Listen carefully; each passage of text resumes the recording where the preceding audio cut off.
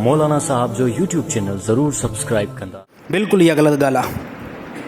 ईद मीलादुन नबी सल्लल्लाहु अलैहि वसल्लम मल्हाइणु जीअं अॼुकल्ह असांजे मुआशरे में मल्हाई वञे थी, इहो तरीक़ो इस्लाम खां साबित ई न आहे ईअं, बिल्कुलु ईअं न आहे। हाणे ईद मीलादुन नबी सल्लल्लाहु अलैहि वसल्लम में छा थो कयो वञे, हाणे माण्हू असांखे चवंदा तव्हांखे नबी सां मोहबत न आहे। अब ठीकु आहे, जेकॾहिं असां नबी सां मोहबत ई न पोइ अलामत छा आहे? चए अलामत हीअ आहे मसो मला में अचो, पोइ तव्हांखे पटको बि मथे ते पातल हुजे, पोइ तव्हां हिन पटके सां मसो मला में डांस कयो, पोइ तव्हांखे नबी सां मोहबत आहे, पोइ तव्हांखे नबी सां मोहबत आहे। नौजवाननि खे पंहिंजनि खे वठी अचो, मसो मला में डांस कयो, पोइ नबी सां तव्हांखे मोहबत आहे। हाणे त इंतिहाई हद थी वई आहे। जो नबी सल्लल्लाहु अलैहि वसल्लम 12 रबीउल अव्वल ते ॾिसो, इहो इख़्तिलाफ़ ई न आहे। नबी जे अचण सां पूरी काइनात रोशन थी वई साईं।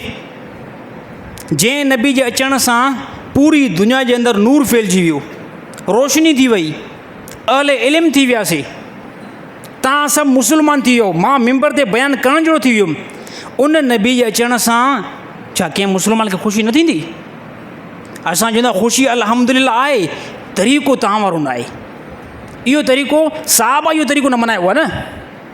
हाणे इहो तरीक़ो को हिंदू ॾिसे, को गैर मुस्लिम ॾिसे, उहो चए तव्हां मुस्लमान जी खोपड़ी वेही करे आहे।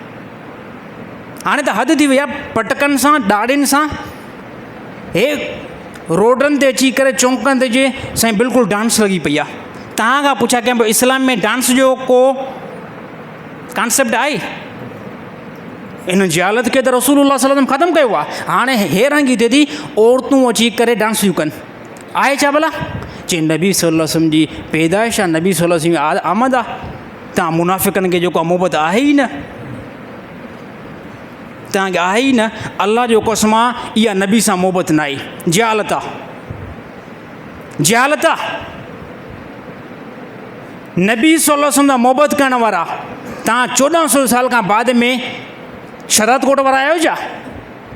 1400 साल खां पहिरियां नबी सां मोहबत करण वारो अबू बकर सिद्दीक़ हुयो, उमर हुयो, उस्मान हुयो, हज़रत अली साईं हुयो। अल्लाह जो कसम आहे, इहो तरीक़ो साहबा एड न कयो आहे, न कयो आहे।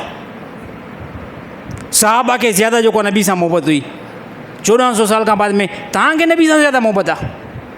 साहबा खे ज़्यादा मोहबत हुई, साहबा अल्लाह जो कसम इहो तरीक़ो अपनायो न आहे।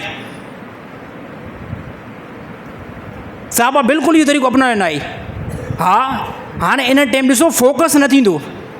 अलाए केतिरा मां तव्हांखे माण्हू ॾेखारियां जेके इन शइ खे ज़्यादा तरजीह ॾींदा, अल्लाह जो कसम आहे ज़ोर नमाज़ खे तरजीह न ॾींदा। ईद मीलादुन नबी मल्हाईंदा, ज़ोर नमाज़ कदा थी वई, ज़ोर नमाज़ कदा थी वई, नबी जी ख़ुशी आहे असां डांस कयूं था। ॾाढ़ी चेहरे ते न आहे, डांस कयूं था, नबी जी आमद आहे। अल्लाह जो कसम आहे, इन फेल ते रसूलुल्लाह सल्लल्लाहु अलैहि वसल्लम राज़ी न थींदा, अल्लाह बि राज़ी न थींदो। असली जेको आहे नबी सां मोहबत इहा आहे, नबी जे अचण सां असुली तव्हांखे मोहबत ॿुधायां। असुली मोहबत छा आहे? ज़िंदगी गुनाहनि खां साइड ते हुजे, हे असुली नबी सां मोहबत आहे। नमाज़ जी पाबंदी हुजे, हे असुली नबी सां मोहबत आहे। बेहयाई वारी ज़िंदगी बिल्कुलु न हुजे, हे असुली नबी सां मोहबत आहे। शरीयत जा तमामु अहकाम इंसान जे सीने जे अंदरि हुजनि, हे नबी सां असुली मोहबत आहे। सिर्फ़ु मोहबत हिन खे थोरी चइबो आहे, इन खे जेकॾहिं मोहबत चइबो आहे, इंतिहाई पोइ दीन आसान आहे, इंतिहाई पोइ दीन आसान आहे। हे न आहे, हे बिल्कुलु जहालत आहे, हे बिल्कुलु जहालत आहे। इन खां बंदो बचण जी कोशिशि करे पंहिंजी ज़िंदगी बणायो, कीअं? जीअं अल्लाह जे नबी हुकुम कयो आहे। तव्हांजी नमाज़ कज़ा न थिए, तव्हांजा रोज़ा जेको कज़ा न थियनि, तव्हां मालदार आहियो, तव्हांखां हज फेल नथो थिए, तव्हांखां उमिरो फेल नथो थिए, इन तमामु शयुनि ते अमल कयो, हे नबी सां असुली मोहबत आहे। बाक़ी इहा कहिड़ी मोहबत आहे? पूरी ज़िंदगी जे अंदरि नमाज़ न आई, सिर्फ़ु 12 रबीउल अव्वल आयो त ऐं मार्केट में जेको तव्हां डांस कयो, हे मोहबत आहे? हे न आहे। अल्लाह जो कसम आहे, इन फेल ते दावा सां ॻाल्हि कयूं, दावा सां।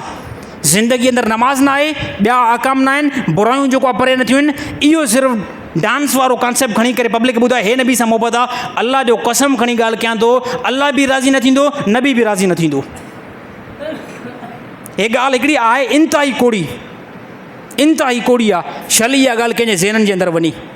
बाक़ी नबी सां जेकॾहिं अगरि कोई बि बंदो मोहबत नथो करे, नबी सां कोई बि बंदो जेकॾहिं मोहबत नथो करे, अल्लाह जो कसम आहे उहो बंदो भले नमाज़ पढ़े, भले उहो हज करे, इहो बदबख़्त मुनाफ़िक़ बंदो आहे, मुस्लमान बंदो न आहे मुस्लमान। नबी सां जेको मोहबत न करे उहो कहिड़े क़िस्म जो मुस्लमान आहे यार। असांजी जानिन जे अंदरि रसूलुल्लाह सल्लल्लाहु अलैहि वसल्लम जी मोहबत ईअं हलंदी आहे जीअं असांजे जिस्म जे अंदरि असांजो खून जेको आहे वर्किंग कंदो आहे, ईअं असांजे जिस्म जे अंदरि नबी जी मोहबत वर्किंग कंदी आहे। इहो सिर्फ़ु मुंहिंजो दवा न आहे, तमामु तव्हां मुस्लमान जी दवा आहे। हे तमामु मुस्लमान जी दवा आहे। असांजे जिस्म जे अंदरि खून जीअं हलंदो आहे न, ईअं ई असांजे जिस्म जे अंदरि नबी जी मोहबत जेकी हलंदी आहे। अल्लाह ताला तमामु मुस्लमाननि खे अमल करण जी तौफ़ीक़ अता फरमाए।